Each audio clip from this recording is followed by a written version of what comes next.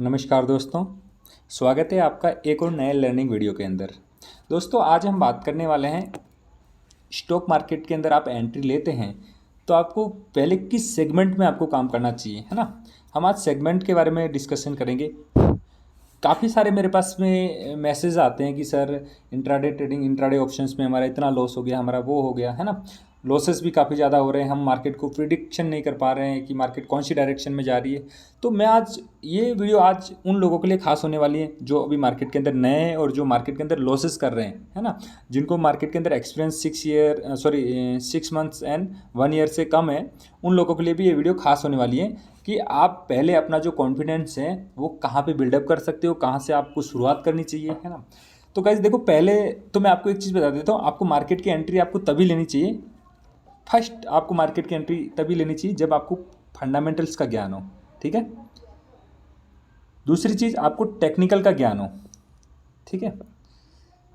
तभी आप मार्केट के अंदर आना चाहिए जब आपको फंडामेंटल्स और टेक्निकल के बारे में पता है। तब तो आप क्या कीजिए, स्टॉक मार्केट को शुरू कीजिए, है ना। उससे पहले भी आपको मार्केट का स्ट्रक्चर पता होना चाहिए, जो कि हमने पिछले वीडियो में आपको बताया था कि मार्केट का स्ट्रक्चर क्या होता है, एक्सचेंज क्या होते हैं, ये सारे मैंने वीडियो के अंदर बता रखा है। आप जाइए, मेरी जो प्लेलिस्ट है स्टॉक मार्केट में पहला कदम, वहाँ जाके आप वो वीडियो देख सकते हैं, आपको वहाँ पे मिल जाएगी। तो गाइस हम बात कर रहे हैं कि आपको सबसे पहले फंडामेंटल्स और टेक्निकल के बारे में नॉलेज होना चाहिए, तभी आपको मार्केट के अंदर एंट्री लेनी चाहिए, मतलब तभी आपको ट्रेड शुरू करनी चाहिए, है ना। आपको जब तक फंडामेंटल्स और टेक्निकल के बारे में पता नहीं है तब तक तो आपको स्टॉक मार्केट में आना ही नहीं चाहिए, है ना। आप सिर्फ ओनली उसकी लर्निंग लेनी चाहिए। जब आपको फंडामेंटल्स और टेक्निकल्स के बारे में ज्ञान हो जाए तब आपको कैश सेगमेंट के अंदर काम करना चाहिए, कैश मार्केट के अंदर काम करना चाहिए, ठीक है। कौन से सेगमेंट के अंदर? कैश सेगमेंट के अंदर आपको काम करना चाहिए शुरुआती दौर में, कैश सेगमेंट के अंदर। और इसके अंदर आपको मिनिमम मिनिमम से मिनिमम मैं आपको बता रहा हूँ, कम से कम 1 ईयर से ज़्यादा का एक्सपीरियंस होना चाहिए, ठीक है। 1 ईयर से ज़्यादा अगर आपको इसके अंदर एक्सपीरियंस हैं तभी आप अपना सेगमेंट को चेंज करना है। और मैं ये कहता हूँ कि जब तक आप कैश मार्केट से मंथली कितना, कैश मार्केट से जब तक आप मंथली 3 to 4% रिटर्न अगर जनरेट नहीं कर पा रहे हो तब तक आप अपने सेगमेंट को चेंज नहीं करना है, ठीक है। अब ये केस मार्केट होता क्या है, हम थोड़ी बहुत इसके बारे में चर्चा कर लेते हैं। यस, देखिए केस मार्केट क्या होता है, जस्ट लाइक कहाँ चला गया, यस, हाँ यस, केस मार्केट। देखिए केस मार्केट क्या है, हम नीचे आते हैं, ये रहा केस मार्केट। देखो केस मार्केट में हम दो तरीके से ट्रेड कर सकते हैं। पहली चीज़ है स्विंग ट्रेडिंग, दूसरी है पोजिशनल ट्रेड, ठीक है। अब ये स्विंग ट्रेडिंग क्या होती है? स्विंग ट्रेडिंग के अंदर क्या होता है, जैसे आपने फंडामेंटल्स और टेक्निकल का आपको नॉलेज है, आपने किसी एक पर्टिकुलर स्टॉक को बाई किया, ठीक है। किसी पर्टिकुलर स्टॉक को बाई करना, देखिए किसी पर्टिकुलर स्टॉक को बाई करना वो आपका एक शेयर जोन होता है, क्योंकि जो स्टॉक अगर आप बाई कर रहे हो तो स्टॉक की जो लिमिट है, मतलब उसका जो कॉन्ट्रैक्ट है वो लॉन्ग टर्म के लिए रहता है, ठीक है। वो किसके कितने दिन के लिए रहता है? लॉन्ग टर्म के लिए रहता है। आपने कोई स्टॉक बाई किया आपने, तो अगर उसके ऊपर आपको अगर टारगेट मिलने में कुछ दिन आप उसको होल्ड कर सकते हो। स्विंग का मतलब होता है कि जैसे आप 5 से 7 दिन अपनी ट्रेड को होल्ड कर सकते हो। आज आपने अगर कोई लाइक ट्रेड बनाई है तो आप उसको 5 से 7 दिन उसको होल्ड कर सकते हो। दूसरा होता है पोजिशनल ट्रेड। पोजिशनल ट्रेड जैसे आपका कोई बड़े टाइम फ्रेम पे आपका कोई व्यू बना है और आप उसको 2-3 महीने के लिए होल्ड करना चाह रहे हो, ठीक है। तो ये होती है एक पोजिशनल ट्रेड, ठीक है। तो हमने क्या, केस मार्केट, हाँ case market is absolutely safe for a new trader has just stepped into the stock market. यानी कि जिन बंदों ने अभी भी मार्केट के अंदर कदम रखा है उन बंदों के लिए ये क्या है, बिल्कुल एकदम सेफ सेगमेंट है काम करने के लिए, जहाँ पे वो अपने कॉन्फिडेंस को बिल्डअप कर सकते हैं, ठीक है। इन दिस, इस सेगमेंट के अंदर the trader can hold his position for a few days, just like 20 से 25 दिन, and you can book the profit of your hold position getting a monthly 3 to 4% return. यानी कि आप अपनी कोई भी ट्रेड को, जैसे आपने कोई माना कि आपने टाटा का कोई शेयर्स आपने बाई किया, आपने उसके फंडामेंटल्स और टेक्निकल्स चेक करके आपने वहाँ पे आपने उसको बाई किया, ठीक है। तो देखिए स्टॉक के अंदर क्या होता है, वॉलेटिलिटी थोड़ी स्लो होती है, ठीक है। तो जैसे स्टॉक क्या होता है, डे के अंदर 5 से 10 रुपये के आसपास बढ़ता है, ठीक है। आपने कोई स्टॉक बाई किया तो जब तक आप उसमें अपना टारगेट नहीं मिलता तो आप उसको 20 या 25 दिन तक होल्ड कर सकते हो। और अगर मंथली अगर आपने कोई ट्रेड बनाई है और उस ट्रेड में माना कि आपका कैपिटल लगा 1 लाख, आपका कैपिटल लगा है, ठीक है। और 1 लाख कैपिटल लगने के बाद में अगर आपको उस ट्रेड के अंदर अगर 4 से 5 हज़ार अगर आपका प्रॉफिट दिख रहा है तो आप उसको क्या कर सकते हो, बुक कर सकते हो। ठीक है, 4 से 5 हज़ार प्रॉफिट अगर आपको दिख रहा है 1 लाख के ऊपर तो आप उसको क्या कर सकते हो, बुक कर सकते हो। यानी कि मंथली आपको कितना रिटर्न मिल रहा है, मिल जाए 3 से 4% अगर आपको रिटर्न मिल जाए तो आप उस पोजीशन को क्या कर सकते हो, बुक कर सकते हो। अब मैं आपको 3 to 4% क्यों बोल रहा हूँ, देखिए 3 से 4% मंथली रिटर्न बहुत होता है। ये लोगों को ऐसा लगता है कि यार हम स्टॉक मार्केट के अंदर आएंगे और हम रातों रात करोड़पति बन जाएंगे, हम रातों रात लखपति बन जाएंगे। देखिए गाइस ऐसा होता नहीं है ना। आपको परसेंटेज वाइज रिटर्न के को लेके चलना है। अगर आपको मार्केट में लॉन्ग टर्म के लिए टिकना है तो आप परसेंटेज वाइज रिटर्न के आधार पे काम करना सीख जाइए, कंपाउंडिंग के आधार पे काम करना सीख जाइए। आपको मार्केट में सक्सेस होने से कोई नहीं रोक सकता है। ठीक है, तो आपने जैसे मंथली 4 to 5% रिटर्न आप जनरेट कर रहे हो। ठीक है, तो अब मैं आपको एक कैलकुलेशन करके बताता हूँ। आपने मंथली 4 to 5% रिटर्न कैलकुलेशन किया, कहाँ चला गया यार, यस जस्ट लाइक, हाँ यस, आपने मंथली 4 to 5% रिटर्न आपने किया तो कितने होते हैं, 12 मंथ्स इंटू 4% के हिसाब से मान के चले तो 12×4 = 48, यानी कि आप 48% रिटर्न जनरेट कर पा रहे हो सालाना, ईयरली। ठीक है, आप मुझे ये बताओ कौन सी बैंक के अंदर 48% आपको देता है रिटर्न, कौन सा म्यूचुअल फंड आपको 48% रिटर्न देता है? या फिर आप जैसे कि प्रॉपर्टी, अगर आप प्रॉपर्टी में इन्वेस्ट करते हो, क्या आपको प्रॉपर्टी 48% रिटर्न देती है? या फिर गोल्ड, क्या आपको गोल्ड इतना रिटर्न देता है? नहीं देता है। लेकिन आप क्या करते हो, आपको अपने आप पे बिलीव नहीं होता है, आप रातों रात करोड़पति बनना चाहते हो, रातों रात लखपति बनना चाहते हो। इस वजह से आप ये चीज़ कर नहीं पाते हो। तो इसलिए मैं आज आपको ये सजेस्ट कर रहा हूँ कि अगर आप मार्केट के अंदर नए हो तो आप कुछ दिन केस मार्केट में काम कीजिए। केस मार्केट में काम करने के बाद आप मंथली वहाँ से 3 to 4%, अगर आप 4 से 5% आप रिटर्न वहाँ से जनरेट करना सीखिए, लगभग 1 ईयर है ना, 1 ईयर तक आप ऐसा कीजिए। 1 ईयर के बाद में जब आप कुछ प्रॉफिट अर्न कर लेते हैं, जैसे आपने लाइक 1 लाख के ऊपर 48% यानी 48,000 का आपने प्रॉफिट कर लिया, तब आप अपना सेगमेंट को थोड़ा बदल सकते हैं, है ना। सेगमेंट को बदल के और थोड़ी रिस्क लेने के लिए आप तैयार हो सकते हैं, है ना। तो नेक्स्ट जो सेगमेंट है वो मतलब आपकी एक्सपीरियंस, जब आप केस मार्केट में काम करोगे तब आपको एक्सपीरियंस भी हो जाएगा। देखिए केस मार्केट और इंट्राडे जो ट्रेडिंग होती है उसमें जो चार्ट जो होता है वो सेम चलता है, बस केस मार्केट के अंदर क्या होता है थोड़ा स्लो होता है। मतलब जैसे कि मैं आपको एक एग्जांपल देके बताता हूँ कि जैसे हम ड्राइविंग करना सीखते हैं, है ना। तो ड्राइविंग करना सीखते हैं तो क्या हम तुरंत जब पहला दिन ही हमारा हाईवे के ऊपर रनवे पे हम दौड़ने लग जाते हैं क्या? नहीं ना, एक मिनट है।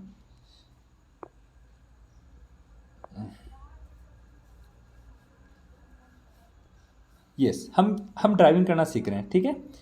तो हम क्या करते हैं, शुरुआत में कोई एक खुला स्पेस हो जहाँ पे पॉपुलेशन कम हो या गाड़ी की जो आवाजावी है वो वहाँ कम हो, है ना। वहाँ जाके हम धीरे धीरे वहाँ पे क्या करते हैं, प्रैक्टिस करते हैं, है ना।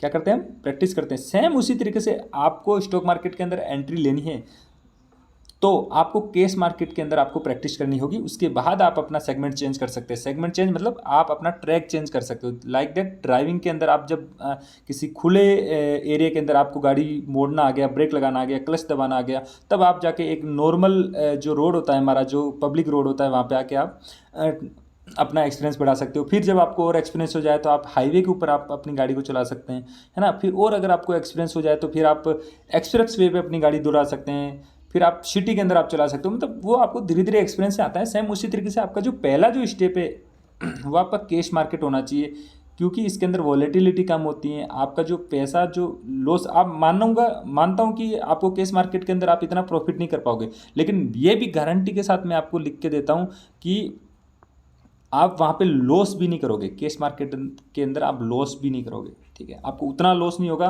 कि आप मार्केट छोड़ के भाग जाओ या फिर आप डिप्रेशन में रहने लग जाओ।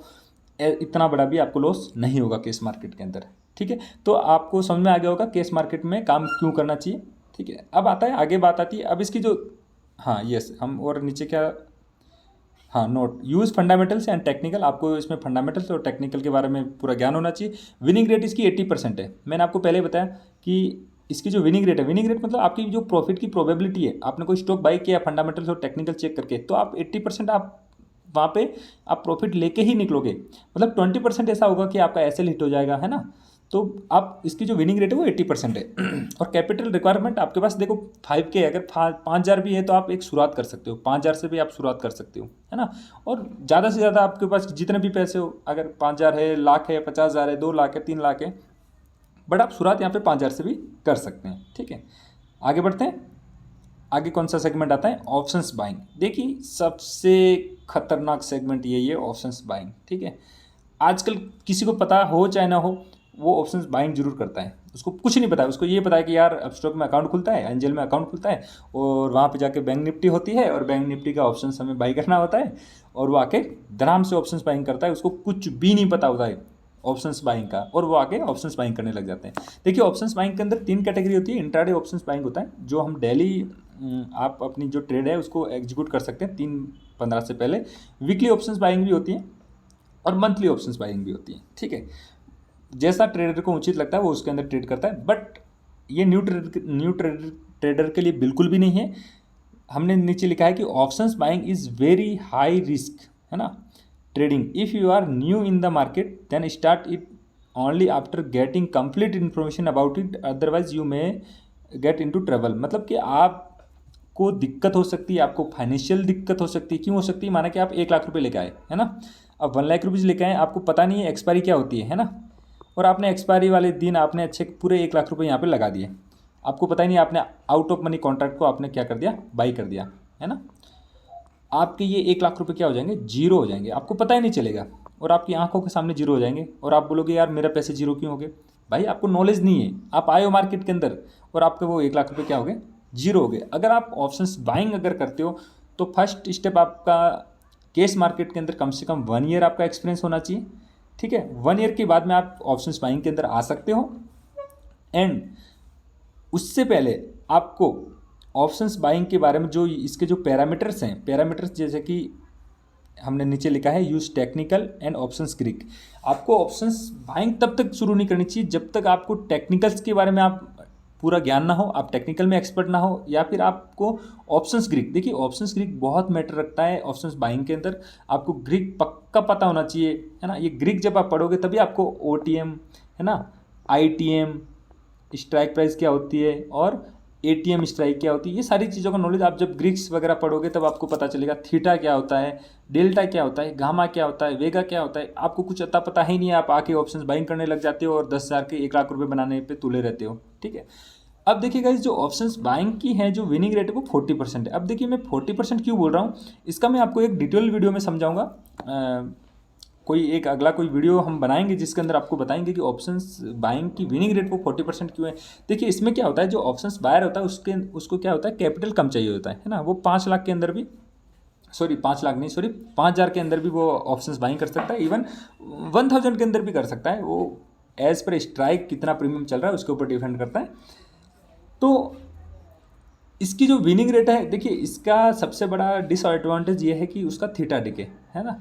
थीटा डिके बाइंग के अंदर क्या होता है कि जैसे जैसे एक्सपायरी नियरेस्ट आती है, एक्सपायरी वीकली एक्सपायरी होती है थर्सडे के दिन, जैसे जैसे एक्सपायरी नियरेस्ट आएगी वैसे वैसे क्या होता है, थीटा का मतलब प्रीमियम गलने लग जाते हैं। माने कि आपने कोई 180 रुपये का कोई प्रीमियम लिया तो वो एक्सपायरी के पास आते आते आते वो मतलब अगर वो ATM है तो वो भी 10 या 20 रुपये का रह जाएगा। ठीक है, यानी कि ये बाकी के पैसे क्या हो जाएंगे, अपने आप गल जाएंगे।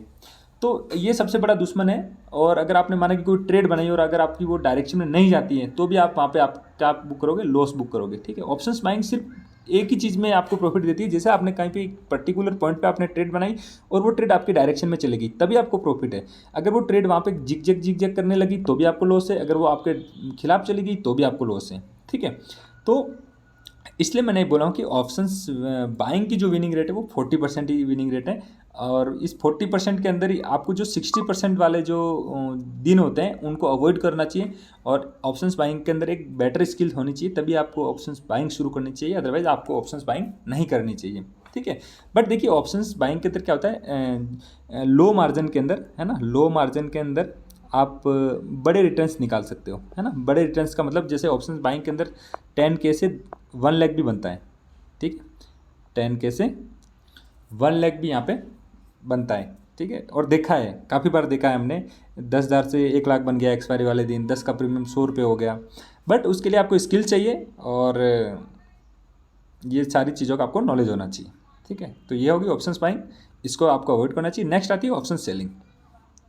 ऑप्शन सेलिंग भी आप 3 तरीके से कर सकते हो, इंट्राडे ऑप्शन सेलिंग कर सकते हो, वीकली भी कर सकते हो और मंथली भी आप ऑप्शन सेलिंग कर सकते हो। इसके अंदर स्ट्रेटजीज के साथ में अगर आप प्लॉट कर रहे हो तो काफ़ी अच्छा है। देखिए option selling is safe as compare to option buying. देखिए ऑप्शन बाइंग से ऑप्शन सेलिंग क्या थोड़ी सेफ है, ठीक है, yes. But if you are started without learning then have unlimited loss. लेकिन इसके अंदर क्या होता है, अनलिमिटेड लॉस होता है, ठीक है, अनलिमिटेड लॉस होता है। ऑप्शंस बाइंग के अंदर क्या होता है कि जैसे आपने 180 रुपये की कोई चीज़ खरीदी है तो आपका मैक्स टू मैक्स लॉस क्या है, आपका 180 रुपये, ठीक है। लेकिन अगर आपने ऑप्शन सेलिंग के अंदर आपने कोई 180 रुपये की चीज़ को अगर आपने सेल किया है तो इसका कोई भी आपको पता नहीं है, ये 180 से 1000 रुपये भी जा सकती है, ठीक है, ये 1100 भी जा सकती है, कितनी भी, मतलब ये कितना भी बढ़ सकता है। मतलब ऑप्शन सेलिंग के अंदर आपका क्या है, अनलिमिटेड लॉस होता है। बट ये ऑप्शन सेलिंग थोड़ी सेफ रहती है एज़ कम्पेयर टू बाइंग। अब इसकी वो क्यों सेफ होती है मैं आपको बताऊं कि जैसे कि आपने कोई ऑप्शन सेलिंग के अनुसार आपने कोई कॉल को शॉर्ट किया, ठीक है, सी को शॉर्ट किया, तो सी शॉर्ट के अनुसार आपको आपकी मार्केट कहाँ जानी चाहिए, जस्ट यस, आपने सी को शॉर्ट किया, ठीक है, किसी पॉइंट पे, इस पॉइंट पे आपने सी को शॉर्ट किया और आप सी शॉर्ट मतलब मार्केट नीचे गिरनी चाहिए। अगर मार्केट वहाँ पे नीचे नहीं गिरी, यहीं यहीं यहीं यहीं रहने लगी या फिर यहाँ नीचे आके यहाँ ऐसे वापस ऊपर आ गई, तो भी आप क्या करोगे, प्रॉफिट में रहोगे। आप क्या रहोगे, प्रॉफिट में रहोगे। क्यों रहोगे, मैंने आपको बताया था थीटा, ठीक है। ऑप्शन सेलर का सबसे बड़ा जो फ्रेंड्स है, सबसे बड़ा जो दोस्त है ऑप्शन सेलर का, वो सबसे बड़ा दोस्त है वो थीटा। यानी कि थीटा जब तक उनको मिलता रहेगा उनको लॉस नहीं होगा। अगर वो मार्केट यहीं भी टाइम बिताएगी तो टाइम के अनुसार उसका जो प्रीमियम है वो अपने आप डीके होता रहता है और वो ऑप्शन सेलर को मिलता है, ठीक है। तो इस वजह से ये ऑप्शन जो सेलिंग होती है वो थोड़ी सेफ होती है, क्योंकि मार्केट 22 ट्रेडिंग सेशंस के अंदर 22 ट्रेडिंग सेशन के अंदर से कम भी 15 दिन मार्केट चौफी रहती है। चौफी का मतलब होता है कि ऐसे ऊपर बढ़ी फिर नीचे आ गई, है ना, यहीं यहीं थोड़ा टाइम बिता दिया। कहीं आप 2 या 3 दिन आपने ऐसा देखा होगी मार्केट ट्रेंडिंग होगी, फुल डे ट्रेडिंग रही, मतलब ट्रेंडिंग रही, यहाँ से मार्केट ओपन हुई और कंटिन्यू मार्केट बढ़ती गई, या फिर यहाँ से मार्केट ओपन हुई और कंटिन्यू मार्केट गिरती गई, ठीक है। ऐसे महीने के अंदर 2 या 3 दिन ही हमें देखने को मिलता है। तो ऑप्शन सेलर के ये जो ट्रेंडिंग डे हैं ये सबसे बड़े शत्रु होते हैं ऑप्शन सेलर के। ऑप्शन सेलर को ऐसे ट्रेंडिंग मूव से बचना चाहिए और उनको अगर कोई भी ट्रेड बनाते हैं तो उनको अपने एसएल के ऊपर एग्जिट हो जाना चाहिए, नहीं तो उनको अनलिमिटेड लॉस भी होता है ऑप्शन सेलिंग के अंदर, ठीक है। ऑप्शन सेलिंग के अंदर भी सेम उसको टेक्निकल्स का नॉलेज होना चाहिए। ऑप्शंस ग्रीक ऑप्शन सेलर को तो और खासकर ध्यान रखना चाहिए, डेल्टा, थीटा, गामा, वेगा, है ना। अगर वो कोई स्ट्रेटजीज के साथ में प्लॉट कर रहा है, माना कि कोई हैज पोजीशन अगर वो बना रहा है तो उसमें उसका जो डेल्टा उसको मैनेज करके चलना चाहिए। इसकी जो विनिंग रेट है वो 75% है, ठीक है। ऑप्शंस बाइंग की 40% थी, ऑप्शन सेलिंग की जो विनिंग रेट है 40% है, सॉरी 75% है। इसके अंदर जो कैपिटल रिक्वायरमेंट है वो मिनिमम 1 लाख आपको चाहिए, क्योंकि आप अगर कोई भी किसी भी इंडेक्स के अंदर आप अगर सेल कर रहे हो, अगर सिंगल लॉट अगर आप इंडेक्स के अंदर सेल कर रहे हो तो आपको 1 लाख रुपीज़ चाहिए। जैसे निफ्टी है, अगर निफ्टी के अंदर आप आओगे और वहाँ पे आप किसी ऑप्शंस का 1 लॉट अगर आप सेल करोगे तो आपको 1 लाख रुपीज़ आपको चाहिए, ठीक है। तो इसके अंदर आपको मार्जिन जो रिक्वायरमेंट चाहिए वो 1 लाख रुपए चाहिए। 1 लाख रुपए है तभी आप यहाँ पे कर सकते हो। वैसे हम हैज पोजीशन करके हम उसको 20K में भी इसको सॉर्ट आउट कर सकते हैं, मतलब सेल कर सकते हैं। लेकिन ये कैसे होता है ये आप मेरे चैनल्स पे मैं अभी धीरे धीरे आपको वीडियो में बताऊंगा कि ये 20 हज़ार के अंदर भी आप ऑप्शन सेलिंग कर सकते हो, ठीक है। तो आप खुशी टेक्निकल के साथ बने रहे, मतलब आप चैनल को सब्सक्राइब करें, लाइक करें, ताकि आपको नए नए नोटिफिकेशन, नए नए वीडियोस आपको आने वाले टाइम पे आपको मिलेंगे। काफ़ी सारे लर्निंग कंटेंट आपको मिलेंगे कि किस तरीके से आपको मार्केट के अंदर ट्रेड करना चाहिए। तो ये होगी ऑप्शन सेलिंग की बात। आगे हम बात करते हैं फ्यूचर ट्रेडिंग। हाँ देखिए, फ्यूचर ट्रेडिंग क्या होती है। फ्यूचर ट्रेडिंग में आप मंथली का फ्यूचर बाइंग और मंथली फ्यूचर सेलिंग, जैसे अभी चल रहा है अप्रैल, ठीक है। तो उसमें क्या होता है कि मंथली कॉन्ट्रैक्ट होता है इसका। जैसे कि अभी जो महीने की जो लास्ट जो थर्सडे होगा, लास्ट थर्सडे कब है, लगभग शायद 25 है ना, अप्रैल में कब है, हाँ लास्ट है 27 अप्रैल को है। 27 अप्रैल को क्या होता है, एक्सपायरी, तो उस दिन ये कॉन्ट्रैक्ट क्या हो जाएंगे, एक्सपायर्ड हो जाएंगे। तो आप और नेक्स्ट जो मई का होगा, मतलब महीने के जो लास्ट जो एक्सपायरी होती है वहाँ पे इसकी जो एक्सपायरी होती है। और इसके अंदर क्या होता है, जो थीटा डिके का चक्कर नहीं होता है, ठीक है। इसके अंदर आपने कोई जैसे आपका जो निफ्टी है, ठीक है, आपका निफ्टी चल रहा है जैसे कि 17,400 पे, ठीक है। आपको लगा कि निफ्टी यहाँ से ऊपर जाएगा, आपने 17,400 पे इसको बाई कर दिया, ठीक है। तो ये जितने पॉइंट ऊपर जाएगा, माना कि 410 चला गया, 17,410 चला गया, तो आपको 10 पॉइंट का प्रॉफिट हो गया, ठीक है। ऑप्शंस बाइंग और सेलिंग के अंदर ऐसा नहीं होता है। उसके अंदर क्या होता है, उसके अंदर होता है कि उसके जो डेल्टा होता है उसके अनुसार उसके ऑप्शंस के प्रीमियम बढ़ते हैं, जबकि फ्यूचर के अंदर क्या होता है कि जितना इंडेक्स मूव करेगा उतना ही आपको प्रॉफिट होगा, है ना। कि अगर वो 10 रुपये ऊपर गया, निफ्टी का लोड कितने का है, 50 का है, 50 × 10 मतलब 500 रुपये का आपको क्या हो गया, प्रॉफिट हो गया, ठीक है। तो इस तरीके से ये फ्यूचर काम करता है। फ्यूचर सेलिंग क्या होती है, फ्यूचर सेलिंग जैसे आपको मार्केट, आपको लगा कि निफ्टी क्या होगा, यहाँ से नीचे जाएगा, है ना। निफ्टी क्या हुआ, निफ्टी में गिरावट आएगी, नीचे जाएगा, तो आप वहाँ पे फ्यूचर को उसके सेल कर सकते हो, है ना। फ्यूचर को वहाँ पे आप शॉर्ट कर सकते हो।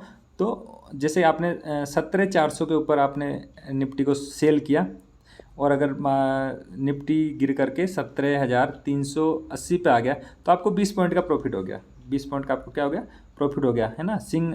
निफ्टी के अंदर जो लॉट साइज है वो 50 की है, तो 50 × 20 लगभग आपको 1,000 रुपये का आपको क्या हो गया, प्रॉफिट हो गया, ठीक है। तो इस तरीके से फ्यूचर काम करता है। फ्यूचर के अंदर क्या है, थीटा का कोई प्रॉब्लम नहीं होता है, थीटा उसमें डीके नहीं होता है, लेकिन ये क्या होता है कि हाई रिस्क हाई रिवॉर्ड्स वाला गेम है।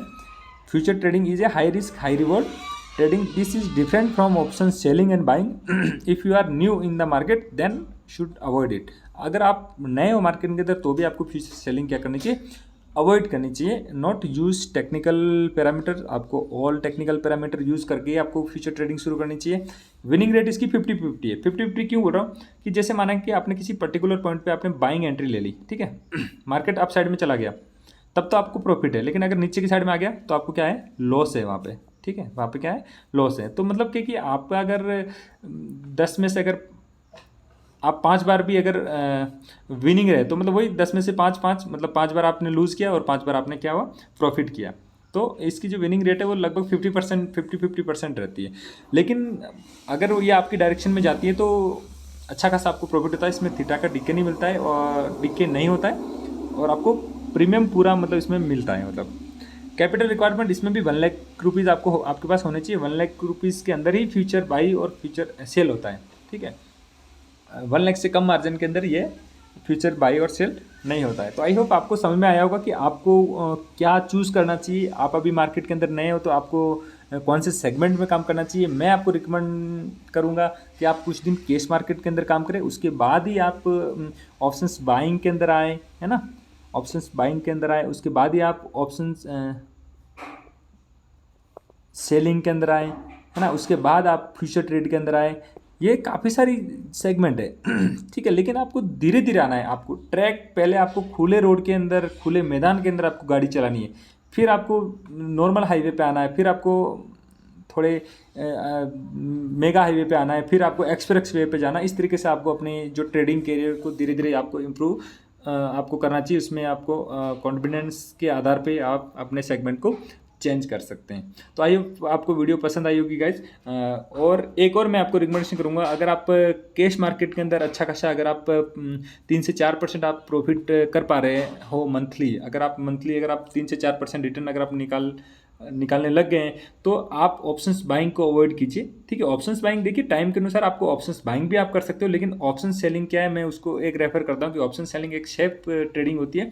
क्योंकि लाइक दैट अगर आप आपके डायरेक्शन में अगर मार्केट नहीं भी गई और मार्केट वहीं पे भी रह गई, तो भी आप क्या करोगे, प्रॉफिट करोगे। और मार्केट 22 ट्रेडिंग सेशन में लगभग 15 दिन मार्केट इसी तरीके से काम करती है, ऊपर नीचे इसी तरीके से चलती है। 2 या 4 दिन ऐसे होते हैं कि मार्केट ट्रेंडिंग हो जाती है। उस ट्रेंडिंग डे को आपको क्या करना है, ऐसे लेके अवॉइड करना है, ठीक है। तो कैश मार्केट के बाद में हम रिकमेंडेशन करेंगे ऑप्शन सेलिंग। अब मैं बाइंग को बिल्कुल रेफर नहीं करता। ऐसा नहीं बोल रहा हूँ कि बाइंग नहीं करनी चाहिए, आपको बाइंग भी करनी चाहिए। लाइक दैट एक्सपायरी वाले दिन आपको बाइंग कर सकते हो, क्योंकि उस दिन आपका जो प्रीमियम्स होते हैं वो बिल्कुल इंट्रेंसिक वैल्यू होती है उसके अंदर, तो आप वहाँ पे बाइंग भी करके चल सकते हो। और फ्यूचर ट्रेड तो वैसे मैं करता नहीं हूँ फ्यूचर ट्रेडिंग, मैं बाइंग की हूँ, मैं सेलिंग करता हूँ भी, और केस मार्केट में भी मैंने काम किया हूँ। फ्यूचर मैंने कभी किया नहीं हूँ, ठीक है। और फ्यूचर में मेरा अभी तक एक्सपीरियंस है भी नहीं है, और मैं रिकमेंडेशन भी नहीं करता, क्योंकि इसके अंदर जो इंडेक्स मूव होता है तो उसमें जो लॉसेज होते हैं उसको हम मेंटेन नहीं कर पाते, अभी उसके ऊपर हमारी साइकोलॉजी बिल्डअप नहीं हुई है। तो थैंक यू गाइज, आपको वीडियो पसंद आए तो लाइक करें, शेयर करें और सब्सक्राइब जरूर करें। और आप भी अगर नए हैं मार्केट के अंदर तो आप भी अपना डिसीजन ले सकते हैं कि आपको क्या करना चाहिए। Thank you guys, okay.